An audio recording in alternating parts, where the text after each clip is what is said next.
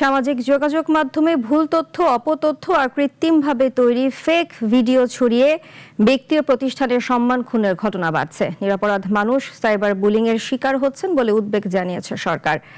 Cyber bullying প্রতিরোধে আইনজীবী ও বিশেষজ্ঞদের সমন্বয়ে প্যানেল গঠন করেছে তথ্য মন্ত্রণালয়।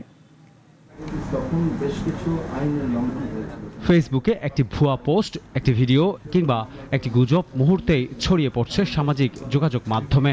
আর সেই ভুল তথ্য, অপতথ্য ও ফেক ভিডিওর কারণে ক্ষতিগ্রস্ত হচ্ছেন বহু নিরপরাধ মানুষ। এমন পরিস্থিতিকে উদ্বেগজনক উল্লেখ করে অপতথ্য প্রতিরোধে নতুন উদ্যোগের কথা জানিয়েছে সরকার।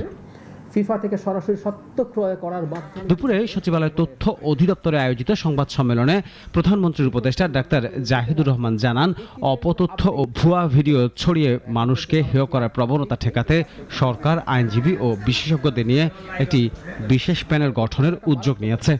আমরা যে কেউ ডিসইনফরমেশনের শিকার হতে পারি, আমরা যে কেউ মারাত্মক মিথ্যা সাইবার বুলিং এর শিকার হতে পারি, আমরা ফেক ছবি, ফেক ভিডিওর শিকার হতে পারি।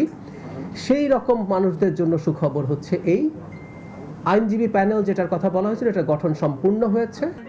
ডিজিটাল প্ল্যাটফর্ম ব্যবহার করে সাইবার বুলিং এর ঘটনায় নাগরিকদের নিরাপত্তা নিশ্চিত করা সরকারের দায়িত্ব। তাই আইন লঙ্ঘনকারীদের বিরুদ্ধে যথাযথ ব্যবস্থা নেওয়া হয় বলেও সংবাদ সম্মেলনে জানানো হয়। স্পেসিফিক অভিযোগের ভিত্তিতে যেমন এই প্যানেল কাজ করবে, আবার সে স্বতঃপ্রণোদিত হয়েও কাজ করবে, এবং এটা শুধু যে সরকারের প্রতি যে ডিসইনফরমেশন সেটা নিয়ে কাজ করবে, এটা নাগরিকদের সুরক্ষার জন্যই আসলে তারা কাজ করবে। সুতরাং নাগরিকরাও যেন তাদের হয়রানি বা সমস্যা নিয়ে তথ্য দিতে থাকে। এদিকে দেশ থেকে পলায়নকালে কাস্টমস ও ইমিগ্রেশন আইন ভঙ্গের দায়ে সাবেক প্রধানমন্ত্রী শেখ হাসিনার বিরুদ্ধে মামলা করা হয় বলেও জানিয়েছেন তথ্য উপদেষ্টা। আমরা এই সপ্তাহের মধ্যে প্রজ্ঞাপন হয়ে যাওয়ার সম্ভাবনা আছে। ধন্যবাদ। আনোয়ার হোসেন, নাগরিক, ঢাকা।